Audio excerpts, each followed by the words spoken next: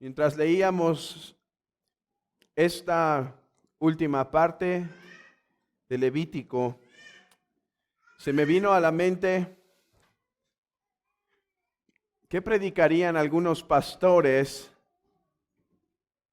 si tuvieran la oportunidad de que en el orden que van leyendo la Biblia tocó Levítico 27. Les voy a decir qué predicarían algunos pastores.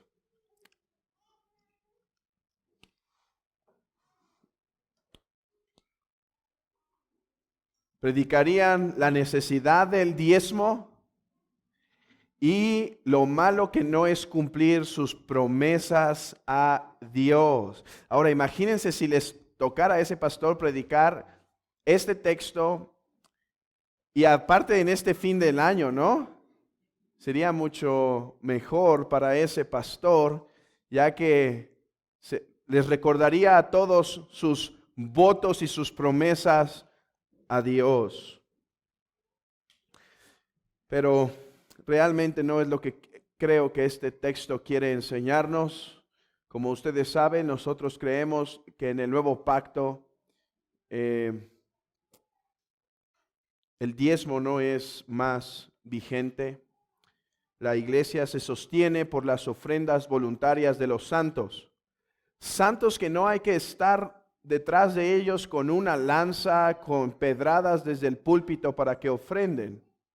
Santos que han sido nacidos de nuevos y habiendo antes gastado su dinero solo en los intereses propios y vanos, ahora voluntariamente ellos ofrendan para la expansión de su reino en su iglesia local. Así que no torceremos el texto. Una de las preguntas que me vinieron a la mente es, ¿por qué acabar el libro de Levítico así? Hermanos, el libro de Levítico ha sido un trueno, que el Señor ha dado al pueblo de Israel. En Levítico tenemos la revelación de la santidad de Dios. Dios es santo y eso nos lo ha dejado claro el libro de Levítico. Dios es santo, Dios es puro. Dios no se puede deleitar en el pecado. Dios no puede pecar. Dios no puede tener comunión con el pecado. Y entonces, el tema de Levítico no solo es que Dios es santo, sino cómo puede un pueblo pecador disfrutar de la presencia de Dios si Él es santísimo. Porque nosotros vimos desde el libro de Génesis, capítulo 12 en adelante, que Dios tomó la familia de Abraham y la descendencia de Abraham para que fuesen su pueblo y Él moraría con ellos. Y en el libro de Éxodo es lo que vamos viendo que se desarrolla. Cómo es que Dios, habiéndolos libertado de la esclavitud de Egipto, libertó a su pueblo, los rescata, los establece y pone el tabernáculo para demostrarles, en verdad mi presencia estará con ustedes. Y entonces el libro de Levítico dice, ok, si Dios va a estar con nosotros, ¿cómo es eso posible? Eso es lo que hemos estado contestando por cerca de 28, si no me equivoco, 28 meditaciones en Levítico, ya que creo que en Levítico solo partimos un capítulo en 2 secciones. Es lo que hemos estado viendo por cerca de 28 meditaciones. Dios es santo. ¿Y qué implica que Dios es santo para un pueblo pecador? En primer lugar, hemos estado viendo por cerca de 16 capítulos que la única forma en la cual Dios puede tener comunión con un pueblo pecador es por medio de sangre. Es por medio de sangre. Dios es santo, el pueblo ha pecado, ¿Cómo es que el Santísimo podría tener comunión con criminales malvados, con violadores de la ley, con quebrantadores de los estatutos de Dios? ¿Cómo es que ese Dios santo podría tener comunión con Dios? Por medio de derramamiento de sangre. Hermanos, el pueblo de Israel tenía todo este sistema de sacrificios, tenía todo este sistema de leyes ceremoniales donde había sacrificio tras sacrificio para enseñar que era por la sangre que Dios estaba con ellos. Y es la misma razón, hermanos, por la cual hoy podemos comenzar nuestro día del Señor hablándole al Padre. Hablándole al Padre. La única razón por la cual podemos pedir la bendición de Dios, no le podríamos pedir bendición. Nosotros deberíamos orar: Señor, solo puedo decirte, derrama tu justo juicio sobre mí. Pero nos atrevemos a decir: Padre, bendice. ¿Y por qué? ¿Por qué Dios puede estar cercano y favorable para con nosotros? Por la misma razón que Israel podía. Por la sangre. Pero ya no más de corderos físicos, corderos animales, sino por el Cordero de Dios que ha quitado el pecado del mundo. Oh, hermanos, que en nuestro estudio que hemos tenido, nuestras breves meditaciones de Levítico, esto no se nos olvide. Que el Santísimo Dios solo nos puede bendecir porque su Hijo, la sangre inocente, ha derramado. Pero hemos aprendido además que este Dios santo tiene leyes y estatutos por los cuales el pueblo que Él ha rescatado deben vivir. Esto no le gusta al cristianismo de hoy en día. El cristianismo de hoy en día quiere vivir sin leyes. Quiere la salvación de Dios, pero no quiere que Él sea su señorío. No quiere que Él dé mandamientos. No quiere que Él dé órdenes. Él puede ser Salvador, pero Señor, pero amo, pero Rey, jamás. No obstante, lo que vemos en Levítico es que Él da leyes. Y hemos aprendido las leyes ceremoniales, leyes civiles, leyes morales. Y hemos visto todo este tiempo cómo estas, en qué sentido todavía nosotros tenemos enseñanza de ellas y al mismo tiempo cómo nos dirigen a contemplar a Cristo y el perfecto cumplimiento de todas las leyes que Él hizo. Y entonces en Levítico 26 termina estableciendo lo siguiente: les he dado leyes, les he dado mandamientos. Si los guardan, yo seré favorable para con ustedes, pero si los quebrantan, vendré yo en juicio. ¿Saben? Cualquiera hubiera pensado, y de hecho me puse contento cuando me di cuenta que no era solamente mi pensamiento, porque cuando empecé a leer Levítico 27 dije: ¿y por qué terminar aquí? ¿Por qué no se terminó en el 26? ¿Por qué no el 27 se acomodó quizá antes? ¿Por qué no se reveló antes? Si el 26 era como el clímax, ¿no es así? Era el clímax. Aquí están mis leyes. Si ustedes obedecen, vendrá la bendición, si no, la maldición. Y entonces leí otros comentarios y tenían la misma pregunta, pero sin respuesta tampoco. No obstante, meditando en el texto, creo que puedo asegurar la razón por la cual el Señor termina el libro de Levítico así, porque debemos recordar, hermanos, el libro de Levítico no es un libro común, como la Biblia tampoco lo es. El libro de Levítico es palabra inspirada y el sapientísimo Dios, el que todo lo sabe, el que hace las cosas perfectas, quiso poner el 27 allí. Y pensando sobre la razón por la cual este texto puede estar al final de Levítico, este es mi pensamiento. Levítico 27 toca las cuestiones de votos y cómo solucionar cuando no los queremos cumplir.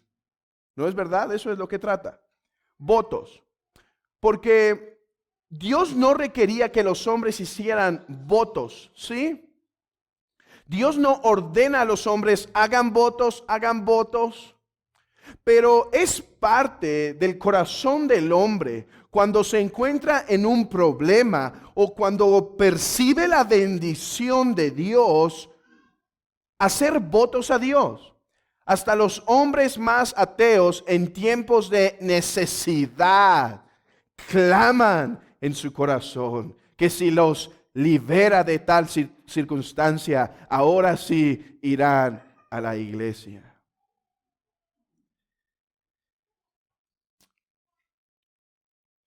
Pero aún los cristianos y el pueblo de Israel, en ciertas circunstancias, se sentían comprometidos a hacer votos.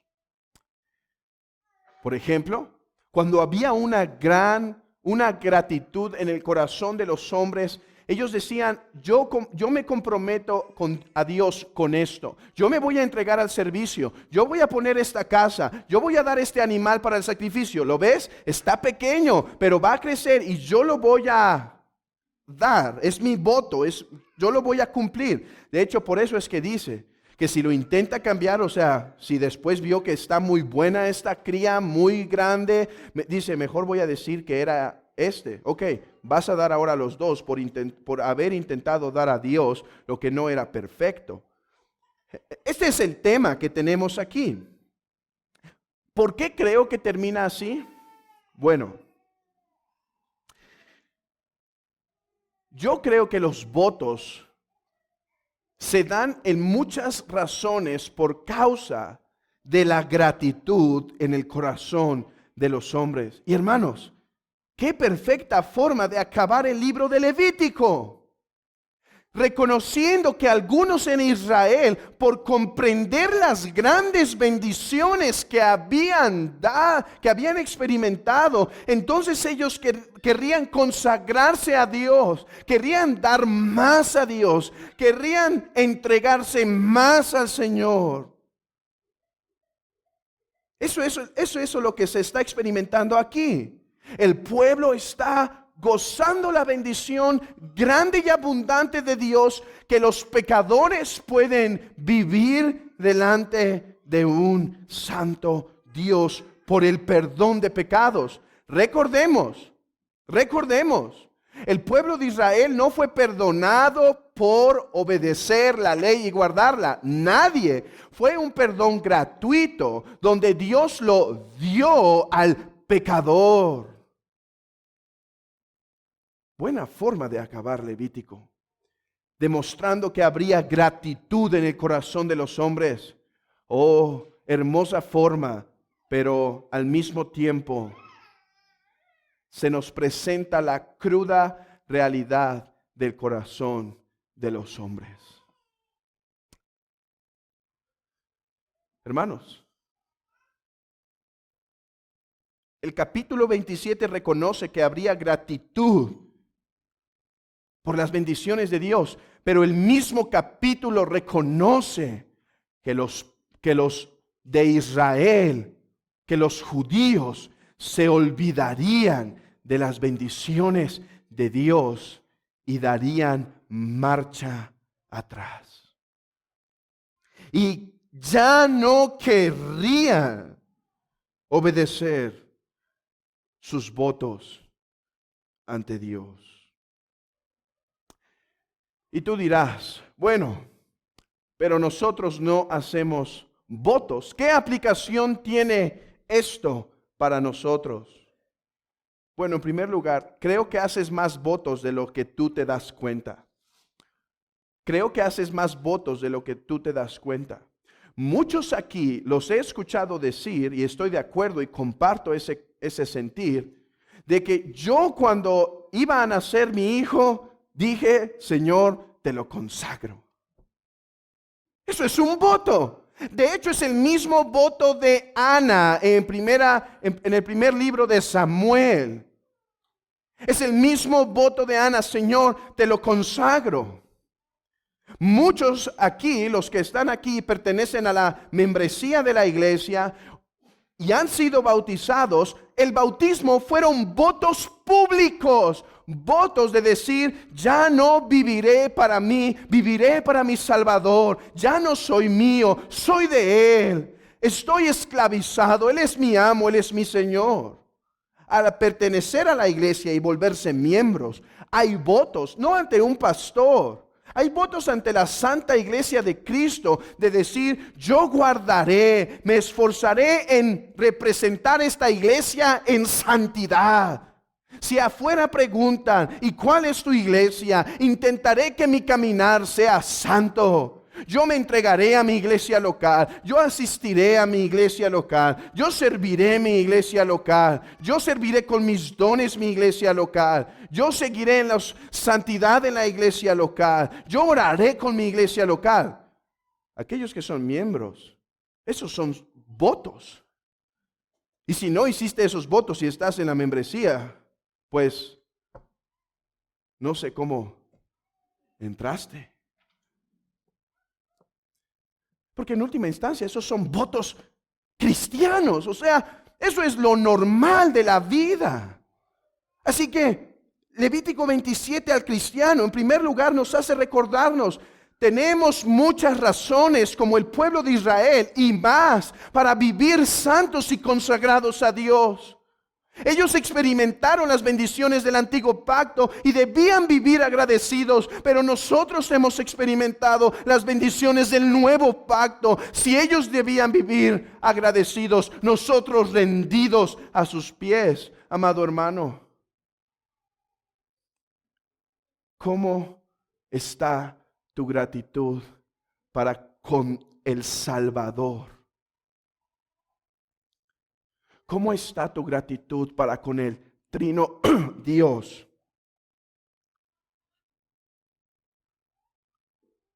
Puedes decir, como el Catecismo de Heidelberg dice, mi gran gozo, mi gran seguridad en este mundo es que ya no pertenezco a mí mismo. ¿Tus votos cristianos en tu bautismo siguen representando la forma en la cual caminas? ¿Tus votos al pertenecer a la membresía de la iglesia siguen estando firmes y vigentes para con ella? ¿O ahora tu caminar más bien testifica que si viera la gente diría, ni siquiera me das testimonio?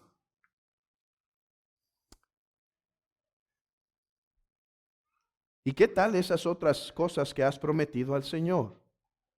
No sé. ¿Te has comprometido a llegar temprano? Y tú dices, pero no fuera un voto.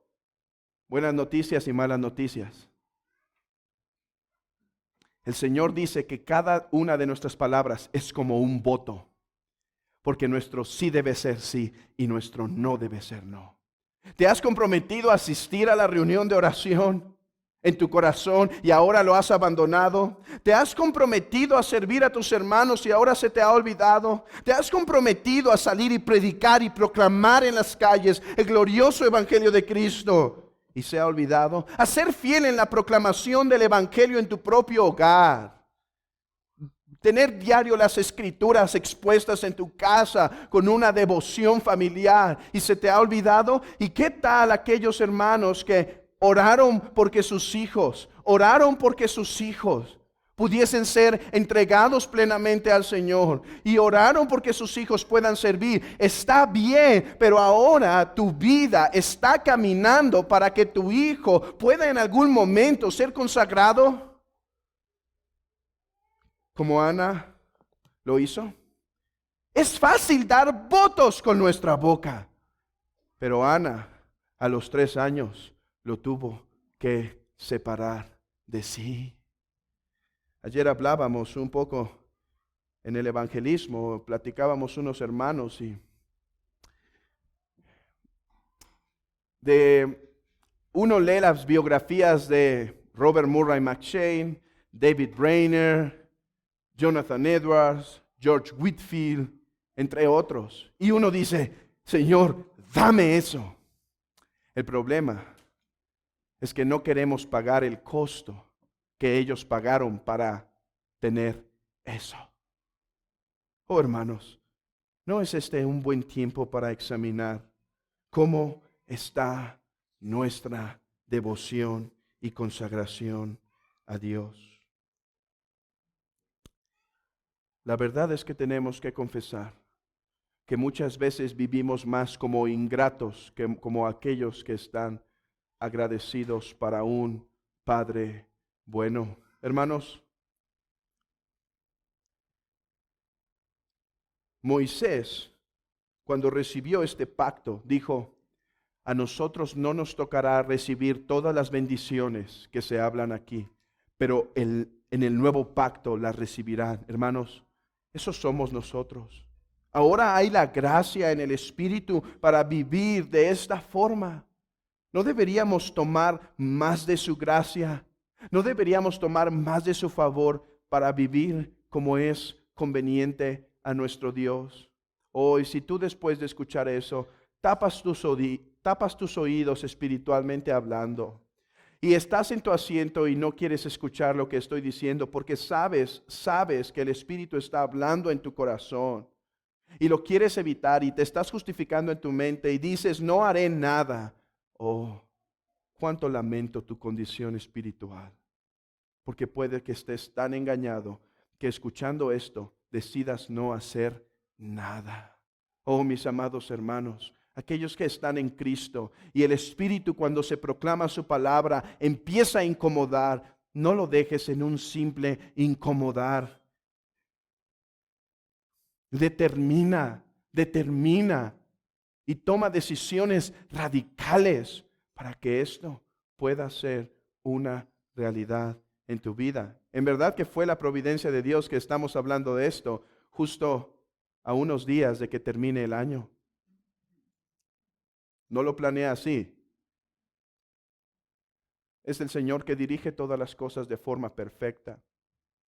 Pero ¿no sería un buen texto este para meditar en nuestros corazones? ¿Cómo vivimos este otro año? Se nos ha ido otro año.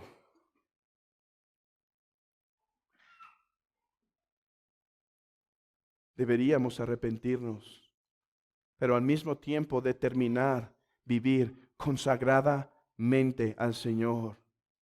Y no digas, ¿me estás diciendo que haga votos públicos? No, hazlos ante tu Dios. Determina ante tu Dios. Y no, ni siquiera tienes que decir, Señor, haré un voto. Simplemente, si tu corazón es determinado, Señor, quiero esto para mi vida y para mi familia. En la palabra de un cristiano, eso debería ser un voto inmediato. Oh, amados hermanos. Levítico 27 termina, habiéndonos expuesto las grandes bendiciones que hemos recibido, que gozamos de la presencia del Dios verdadero. Nos invita a examinarnos cómo estamos caminando en nuestra gratitud. Que Dios obre en su iglesia, que su iglesia sea exhortada y que ésta pueda reconocer las grandes obras que Dios ha hecho entre nosotros y entonces alabar a nuestro Dios. Amén.